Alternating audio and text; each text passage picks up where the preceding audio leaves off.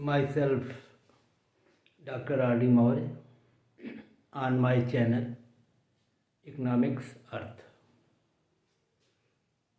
आज इस वीडियो में आप सभी दर्शकों का एक बार फिर स्वागत है। आज का जो विषय है वो है convexity and concavity of curves. वक्र की उत्तलता और वक्र की अवतलता।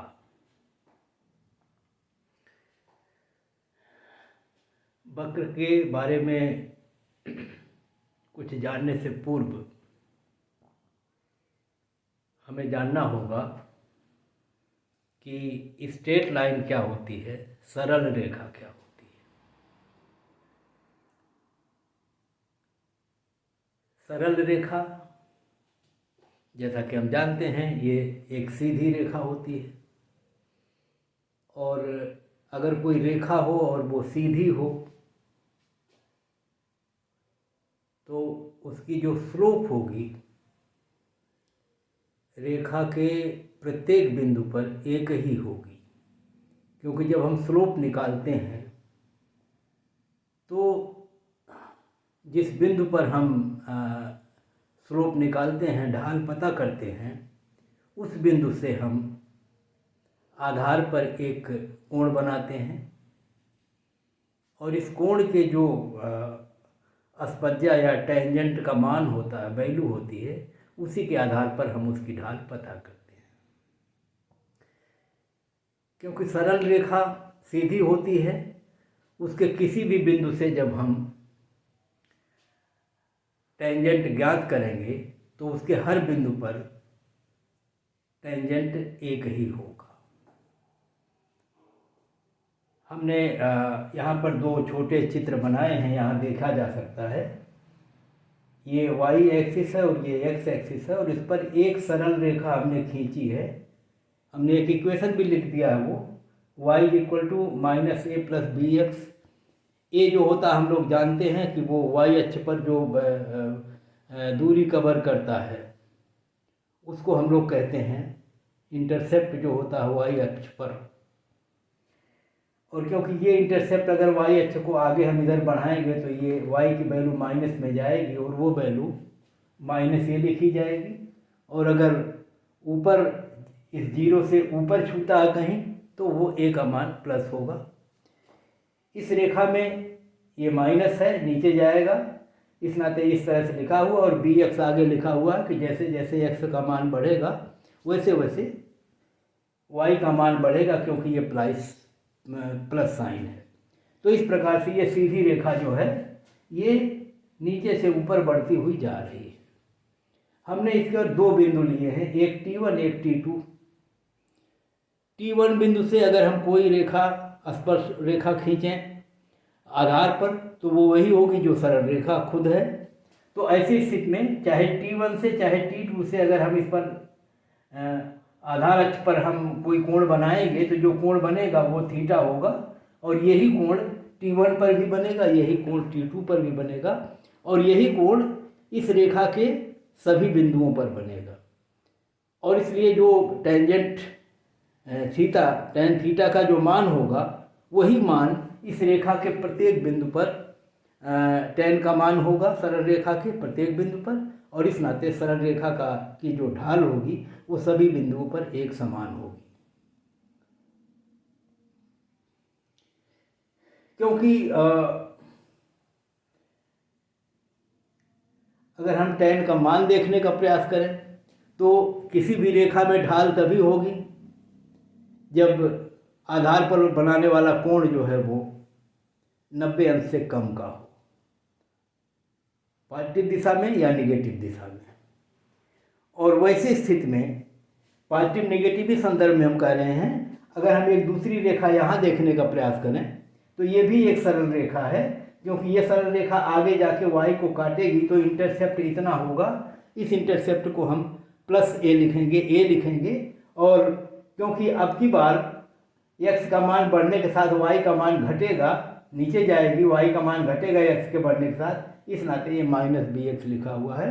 तो इस सरल रेखा के समीकरण को हम a माइनस बी एक्स लिख रहे हैं। ऊपर वाला समीकरण जो है माइनस ए प्लस बी एक्स है। एक में रेखा x अक्ष के बढ़ने के साथ y का मान बढ़ रहा है, दूसरे में x के बढ़ने के साथ y का मान घट रहा है।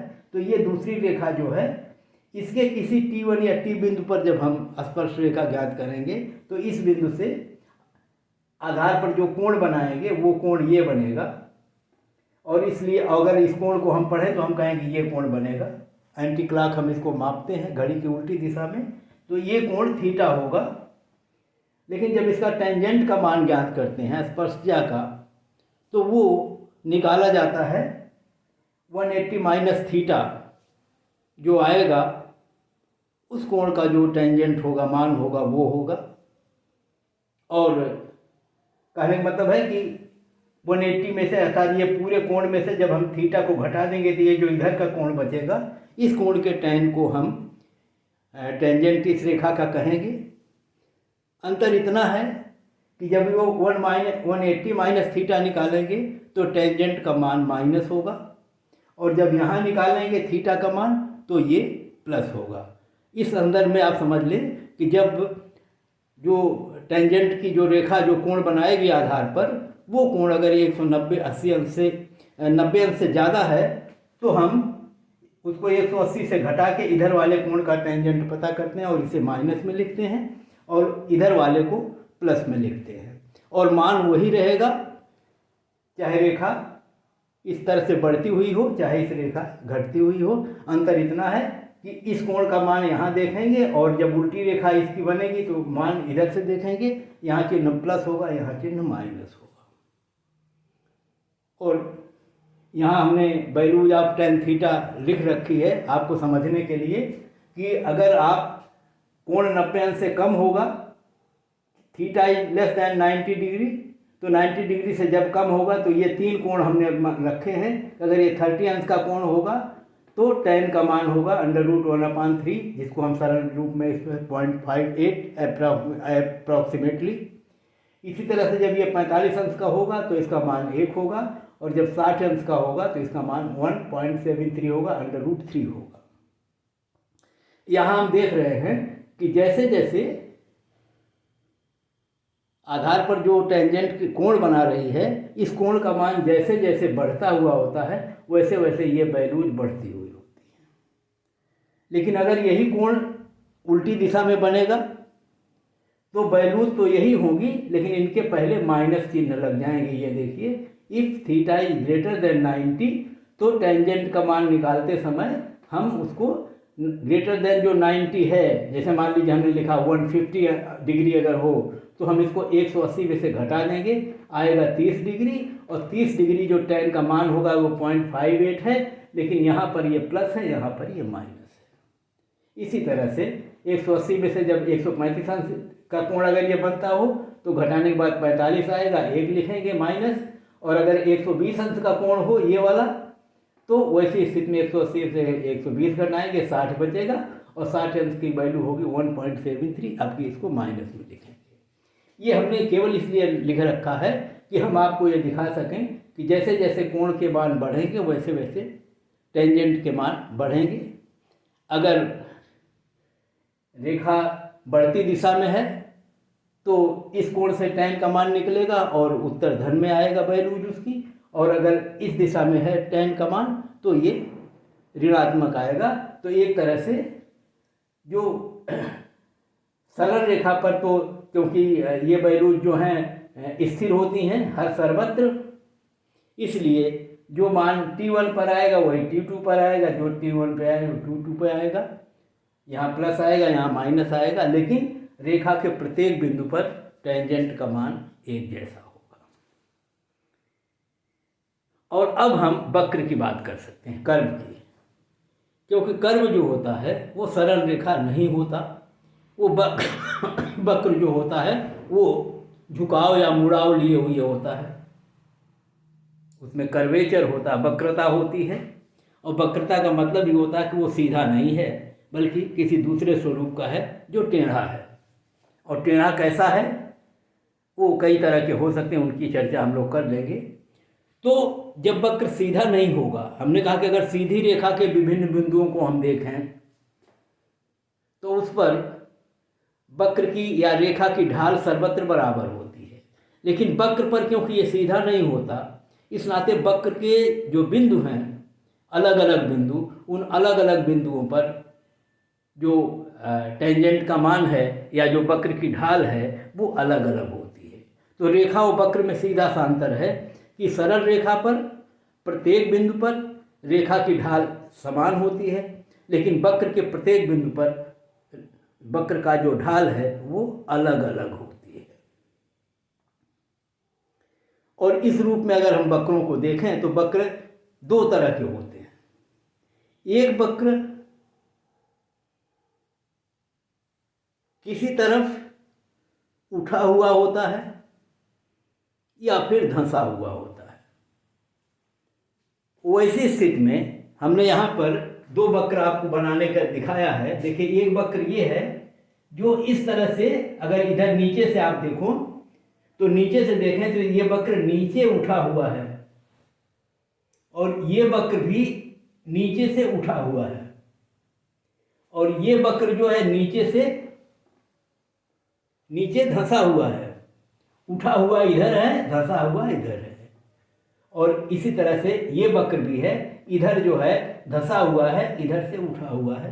क्योंकि जनरली हम लोग जो वक्रों को आधार से देखने का प्रयास करते हैं, केंद्र से देखने का प्रयास करते हैं, इस नाते हम इसको परिभाषित करते समय, इसका अध्ययन करते समय सामान्यतः हम नीचे से इसको देख रहे हैं। और अब हम कह रहे हैं कि वक्र में एक तल बनता है। तल उठा हुआ हो सकता है, तल जो है धंसा हुआ हो सकता है। तो जब ये तल उठा हुआ होता है तो हम इसको कहते हैं कन्वेक्स है, ये उत्तल है, उठा हुआ है, उन्नतोदर है। अगर वक्र को हम उदर की बात देखें, पेट की तरफ, पेट उठे हुए होते हैं, पेट धंसे हुए हो सकते हैं। तो जब उठा हुआ होता है तो कहते हैं उन्नतोदर है, कन्वेक्स है, और जब धंसा हुआ होता है तो कहते हैं ये कनकेव है या अवतल है, न तोदर है। ऐसा है जिसका उदर धंसा हुआ है। तो ये दो वक्र धंसे हुए उदर वाले हैं। नीचे से अगर हम देखते हैं तो ये दो वक्र जो हैं उठे हुए उदर वाले हैं, जिनको हम नीचे से देख रहे हैं। तो वक्र उत्तल होगा, कन्वेक्स होगा, या वक्र अवतल होगा, कनकेव होगा। अब इनकी जो सरलतम पहचान है वो कैसे हम पता करें? एक बहुत ही सरलतम पहचान ये है कि वक्र के किसी भी बिंदु पर हम एक स्पर्श रेखा खींचते हैं। स्पर्श रेखा हम जानते हैं कि एक सरल रेखा होती है जो वक्र को के किसी एक बिंदु पर वक्र को स्पर्श करती है। और इस रेखा, अगर संपूर्ण वक्र इस रेखा के ऊपर हो तो ऐसे वक्रों को हम कहते हैं ये कन्वेक्स कर्व हैं, ये उत्तल या उन्नतोदर वक्र हैं। जैसे इन दोनों वक्रों को आप देखिए, एक वक्र है ये वाला, एक वक्र है ये वाला। इन दोनों वक्रों के हमने टी दो बिंदु लिए हैं। इन बिंदु पर स्पर्श रेखा खींची है। यह स्पर्श रेखा इस आधार पर थीटा कोण बनाती है। यह स्पर्श रेखा इस आधार पर ये कोण इधर थीटा बनेगा, इधर 180 माइनस थीटा बनेगा। और इस रूप में यहाँ पर जो tan का मान आएगा वो प्लस में आएगा, और यहाँ जो tan का मान आएगा इस कोण से निकलेगा 180 माइनस थीटा से, इस नाते ये माइनस में आएगा। जो जहाँ प्लस चिन्ह लग रहा है उसका मतलब है टेंजेंट का मान धनात्मक है। और उसका एक दूसरा अर्थ इस रूप में भी निकलता है कि अगर ये फलन y फंक्शन ऑफ x हो, अर्थात y x पर निर्भर हो, तो जैसे जैसे x की वैल्यूज बढ़ेंगी वैसे वैसे y की वैल्यूज भी बढ़ेंगी। अगर ये संबंध हो तो हमारा मूल फलन का जो वक्र है ये नीचे से ऊपर उठता हुआ होगा, जैसे ये जा रहा है। लेकिन अगर ये ऋणात्मक संबंध हो कि x के बढ़ने पर y घटता हो तो ये फलन ऊपर से नीचे गिरेगा, जैसे जैसे x की वैल्यू बढ़ेगी वैसे वैसे y की वैल्यू घटेगी, और इस स्थिति में जो टेंजेंट का मान होगा वो ऋणात्मक होगा। तो ऋणात्मक और धनात्मक जो टेंजेंट के मान होते हैं वो ये भी प्रदर्शित करते हैं कि x y अर्थात दोनों चरों में जिसके संदर्भ में ये वक्र बने हुए प्रदर्शित करते हैं उनके बीच का संबंध कैसा है, वो संबंध धनात्मक है या ऋणात्मक। अगर टेंजेंट का मान धन है तो धनात्मक संबंध है, अगर टेंजेंट का मान ऋण है तो ये ऋणात्मक संबंध है। तो यहाँ पर जो हम आपको बताने का प्रयास कर रहे थे वो ये कि सबसे सरलतम रूप जो उत्तलता, कन्वेक्सिटी और कनकेविटी और अवतलता को ज्ञात करने का है, जानने का है, वो ये है कि अगर हम किसी वक्र के एक बिंदु पर एक स्पर्श रेखा खींच दें, अगर वक्र का संपूर्ण भाग उस रेखा के ऊपर है तो हम इसे कन्वेक्स कर्व कहेंगे, उत्तल या उन्नतोदर वक्र कहेंगे। और इसके विपरीत यदि वक्र का संपूर्ण हिस्सा या संपूर्ण वक्र स्पर्श रेखा के नीचे है तो हम इसे अवतल या कनकेव कर्व कहेंगे, नतोदर वक्र कहेंगे, जैसा कि चित्र C और D में आप देख सकते हैं। यहाँ हमने दो वक्र बनाए हैं, एक वक्र ये वाला है, एक वक्र ये वाला है। इस वक्र के T1 बिंदु पर हमने एक स्पर्श रेखा खींची है और आप देखेंगे कि ये जो स्पर्श रेखा है वक्र जो है इसके पूरा वक्र इसके नीचे है। यहाँ पर जो स्पर्श रेखा है T बिंदु पर ये वाली वक्र का ये जो फलन का वक्र है y = f(x) हम लिख सकते हैं। हमने जैसे यहाँ लिखा नहीं हुआ है, मतलब ये फलन है y �function(x), ये ऐसा सभी फलनों के संदर्भ में है, इस वक्र के बारे में, इस वक्र के बारे में, इस वक्र के बारे में। तो जहाँ कहीं भी हम इस तरह से वक्र बना रहे हैं ये y = f(x) है। ये वक्र भी, ये वक्र भी, ये वक्र भी, ये वक्र भी। और यहाँ पर हम देख रहे हैं कि इस जो हमारी टेंजेंट है इस वक्र के नीचे पूरा का पूरा फलन या वक्र है। तो ऐसे वक्रों को जो स्पर्श रेखा के नीचे होंगे उनको हम कहेंगे अवतल वक्र, कन्वेक्स कनकेव कर्व, और जो स्पर्श रेखा के ऊपर होंगे उनको हम कहेंगे कन्वेक्स कर्व या और उत्तल वक्र या उन्नतोदर वक्र। तो अब हमने देखा कि वक्र जो है वो सीधे नहीं होते, सीधी सरल रेखा होती है। वक्र में झुकाव होता है, मुड़ाव होता है, उसमें कर्वेचर होता है, उसमें टेढ़ापन या उसमें वक्रता होती है। और ये वक्रता दो तरह की हो सकती है, ये वक्रता अवतल हो सकती है, ये वक्रता उत्तल हो सकती है, या उत्तलता और अवतलता को हम सामान्यतया नीचे की ओर से या केंद्र की ओर से, जैसे जिस तरह से वक्र की स्थिति हो उसको उस रूप में देखते हैं। सबसे सरलतम रूप यही है। और अगर हम चारों तरफ से देखें तो कन्फ्यूजिंग एक तरह से होगा कि बताना पड़ेगा किधर से देख रहे हैं। तो हमारे इन चित्रों में तो हमारे पास दो ही बेस है, एक एक्स अक्ष है, एक वाई अक्ष है, हम वहीं से देखेंगे और कहीं से देख नहीं सकते, हमारे पास आधार नहीं है। इसलिए सामान्यतः हम नीचे से देखते हैं। आधार अक्ष पर क्योंकि टेंजेंट के मान निकलते हैं, क्योंकि स्पर्श रेखा आधार पर ही खींची जाएगी, इसलिए हम उसकी कन्वेक्सिटी और कनकेविटी दोनों को सामान्यतया नीचे की ओर से देखते हैं। और जब ऐसा होता है तो ये वक्र हमको दो तरह से मिलते हैं। अब हम जरा उन्नतोदर या उत्तल कन्वेक्स कर्व्स के बारे में देखें कि जब हम कहते हैं कि वक्र के विभिन्न बिंदुओं पर वक्र की ढाल या स्लोप अलग अलग होता है, तो जरा हम ये देखने का प्रयास करें कि ये क्या भिन्न भिन्न बिंदुओं पर वक्र की ढाल अलग अलग है, और अगर है तो ये धनात्मक है या ऋणात्मक है। तो यहाँ पर एक चित्र यहाँ देखने का प्रयास करें, ये वाला चित्र जिसमें ये वक्र का हिस्सा ये है, y = f(x) लिखा हुआ है, ये वाला हिस्सा वक्र है। इस वक्र पर हमने 3 बिंदु लिए हैं। एक बिंदु है ए, एक बिंदु है बी, एक बिंदु है सी। तीनों बिंदुओं पर हमने स्पर्श रेखाएं खींची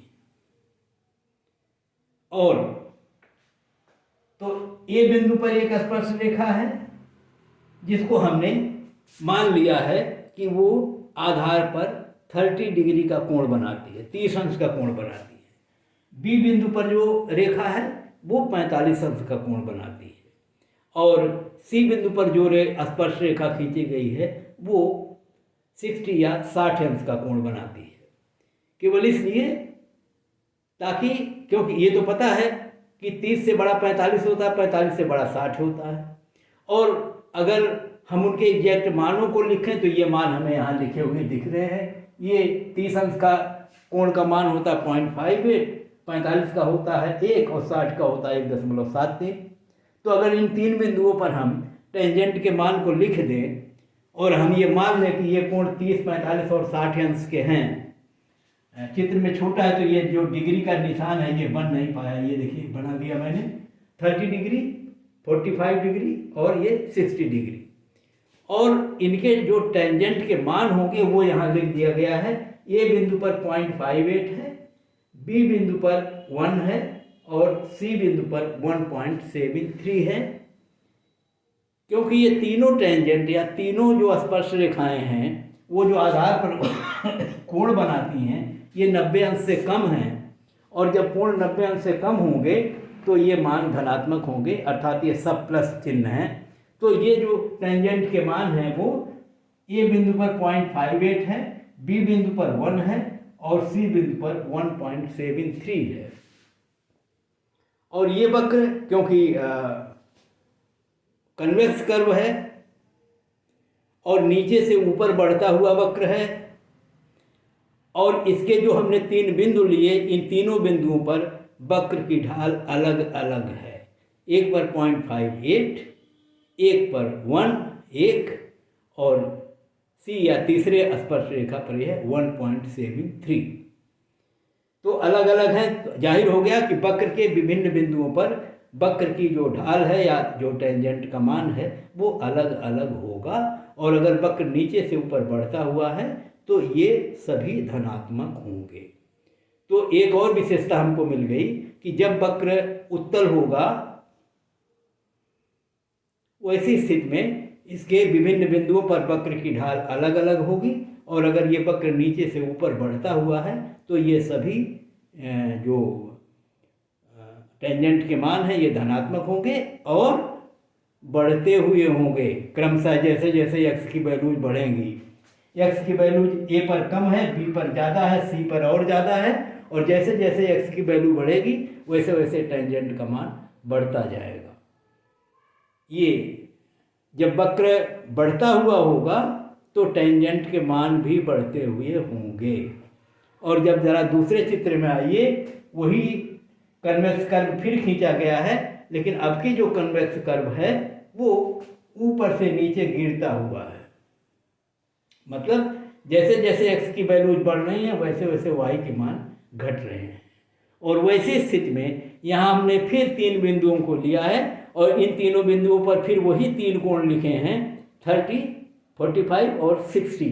तो अब की बार ए बी सी 3 बिंदु हैं। सी बिंदु पर जो टेंजेंट है वो 30 अंश का कोण बनाती है, बी बिंदु पर 45 और ए बिंदु पर 60 अंश का। और अब की हम जानते हैं कि टेंजेंट का मान 180 माइनस थीटा से निकलेगा। इसका मतलब इधर के कोण के देखेंगे और जब इधर के कोण के टेंजेंट का मान लिखेंगे तब चिन्ह जो है माइनस हो जाएगा। तो जहाँ 60 डिग्री पर 1.73 था इस चित्र में, ये हो जाएगा माइनस 1.73 ये हो जाएगा -1 और ये हो जाएगा -0.58। अब जरा एक चीज़ ध्यान रखें, जब टेंजेंट का मान प्लस होगा तो उसका ये मतलब होता है कि x और y में जो संबंध है फलनात्मक वो धनात्मक है। और जब ये ऋण होगा तो इसका मतलब है कि x और y में जो है संबंध है वो ऋणात्मक है, अर्थात x के बढ़ने पर y घटेगा, x के घटने पर y बढ़ेगा और पहले वाले में x के बढ़ने पर y बढ़ेगा, x के घटने पर y घटेगा।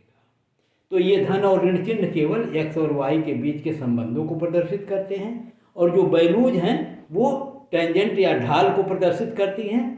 कोण का मान जितना अधिक होगा ढाल उतना ही अधिक होगा।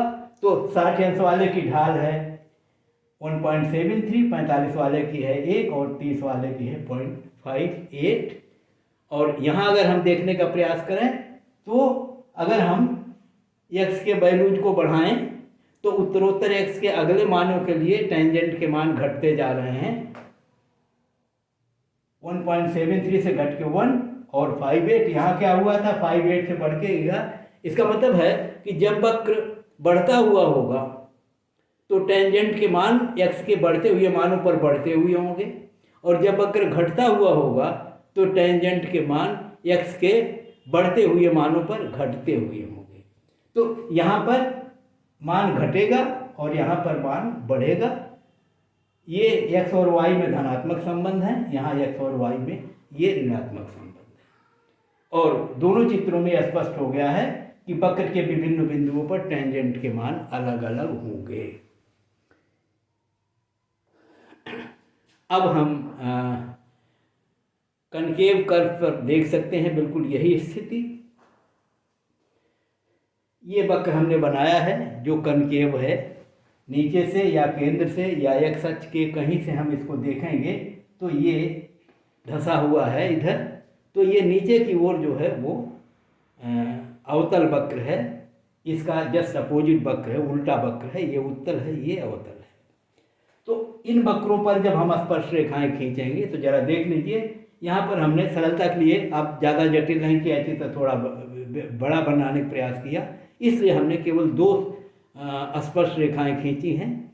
एक को हमने मान लिया कि 30 डिग्री का कोण बनाता है, दूसरा बिंदु पर जो है 60 डिग्री का कोण बन रहा है। हम जानते हैं कि 30 डिग्री वाले कोण का मान कम होगा, 0.58 होगा, और 60 डिग्री वाले का मान होगा 1.73, यहाँ लिखा हुआ है। और क्योंकि ये जो स्पर्श रेखा पर जो कोण बन रहा है ये इधर के कोण बनेंगे, और 180 में से इनको घटाने पर जो बचेगा वो इधर बचेगा 60 डिग्री, इधर 30 डिग्री, और इनके टेंजेंट के मान ऋणात्मक होंगे, और वो मान हमने यहाँ लिख दिए हैं। ये हो गया, जो 30 डिग्री पर बना वो 0.58, और जो 60 डिग्री बी पर बना वो है 0.73। तो यहाँ पर जब आप पाएंगे तो यहाँ पर एक चीज़ दिख रही है कि अलग अलग बिंदुओं पर टेंजेंट के मान अलग होंगे, लेकिन x की वैल्यू जैसे जैसे बढ़ेगी वैसे वैसे टेंजेंट के मान बढ़ जाएंगे। ए बिंदु पर होगा 0.58 और बी बिंदु पर होगा 1.73। तो ये चिन्ह माइनस होंगे जो दिखाएगा कि ये कर्व कनकेव है, और कनकेव तब होगा जब ये मान बढ़ते हुए होंगे, और कन्वेक्स तब होगा जब ये मान घटते हुए होंगे। इधर देखिए, कनकेव में ये मान घट रहा है, कन्वेक्स में ये मान बढ़ रहा है जैसे जैसे x की वैल्यूज बढ़ रही है। तो अगर x और y का संबंध ऋणात्मक है और x के बढ़ने से y घटता है तो वक्र 2 तरह के बनेंगे, कन्वेक्स भी हो सकता है, कनकेव भी हो सकता है। अगर कन्वेक्स कर्व होगा तो x के बढ़ते हुए वैल्यूज के साथ टेंजेंट के मान घटेंगे, लेकिन अगर ये कनकेव होगा तो x के बढ़ते हुए मूल्यों के साथ ये मान बढ़ेंगे, यहाँ कम यहाँ ज़्यादा। बार बार हम आपको ध्यान दिला दें कि ये जो माइनस चिन्ह है वो ये शो कर रहा है कि x और y में ऋणात्मक संबंध है, और जो वैल्यूज हैं वो बता रही हैं कि ये टेंजेंट के मान हैं। अगर वो छोटे हैं तो कम है, अगर ज़्यादा है तो बड़ा है। तो इस पर कम मान है, इस पर ज़्यादा मान है। कनकेव कर्व में ये मान बढ़ते हुए होंगे, कन्वेक्स कर्व में ये मान घटते हुए होंगे अगर x और y के बीच के संबंध ऋणात्मक हैं तो। एक कर्व देखिए, कनकेव कर्व ये भी बना हुआ है जो इसके अपोजिट है, दूसरे तरह से इस तरह का वक्र है।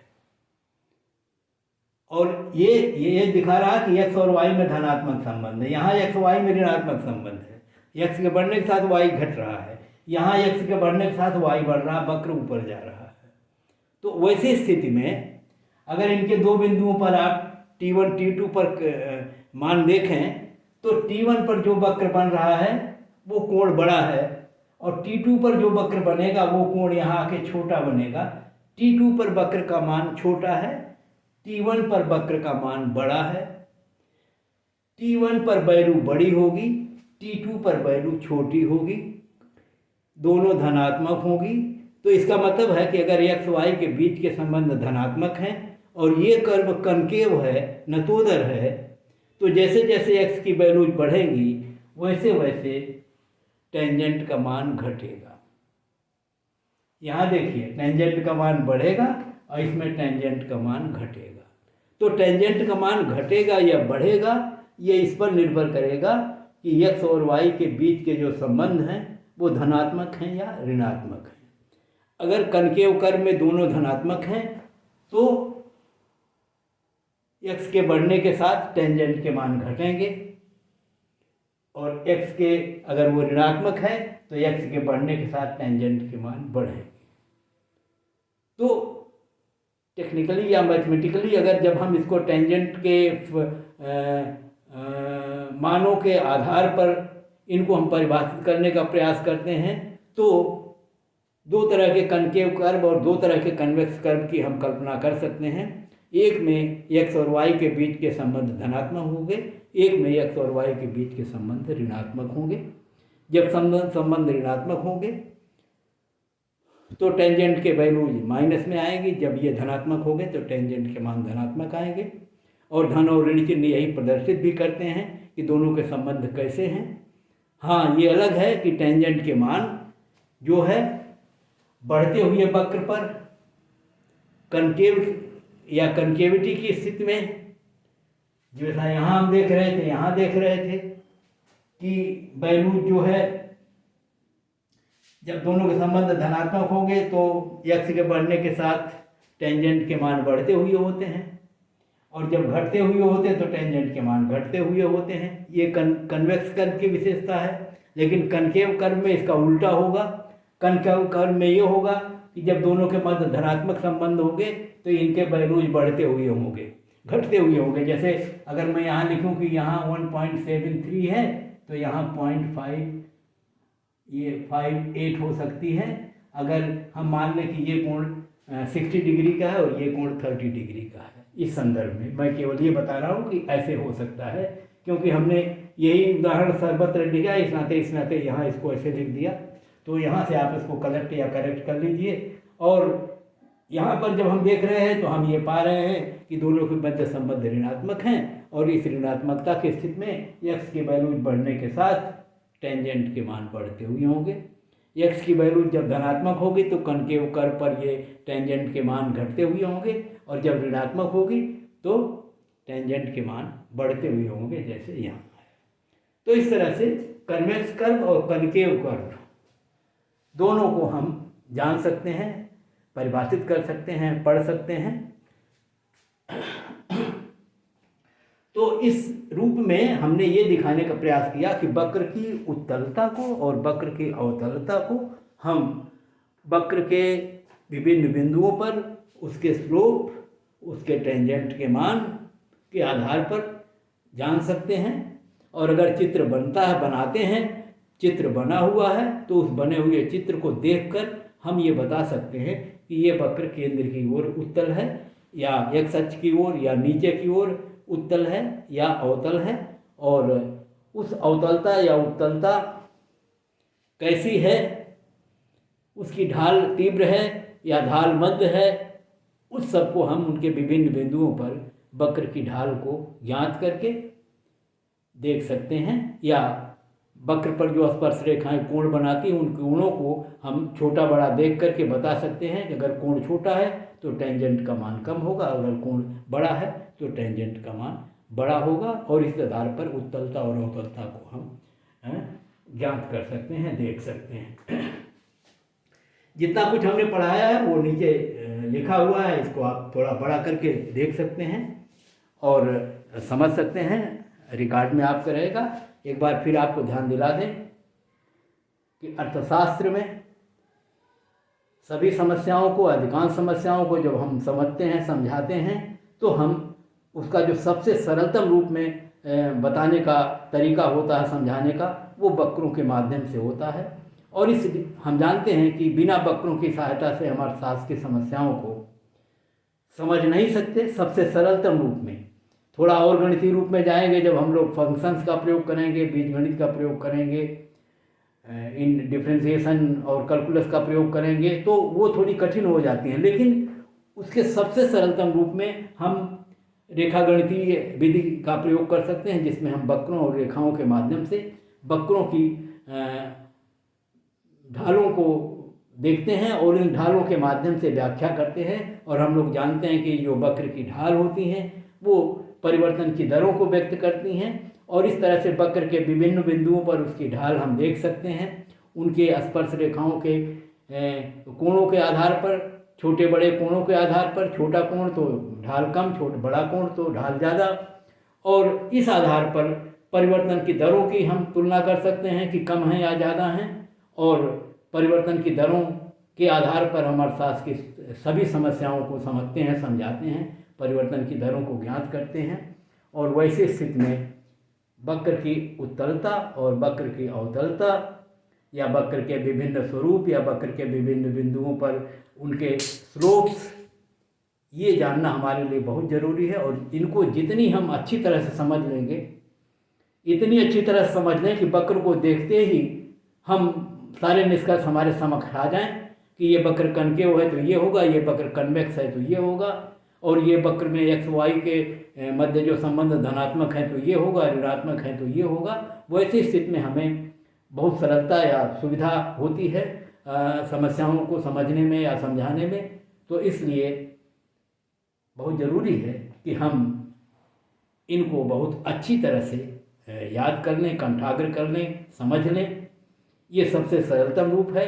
अगले वीडियो में जब हम आएंगे तो हम बीजगणितीय समीकरणों को लेकर के भी इनकी उत्तलता और अवतलता को हम आपको बताएंगे, और वहाँ पर कुछ आगे की भी चर्चाएँ होंगी, जैसे कन्वेक्स और कॉन्केव कर्व के माध्यम से हम मैक्सिमम और मिनिमम वैल्यूज को, अधिकतम और न्यूनतम मानों की भी व्याख्या करते हैं।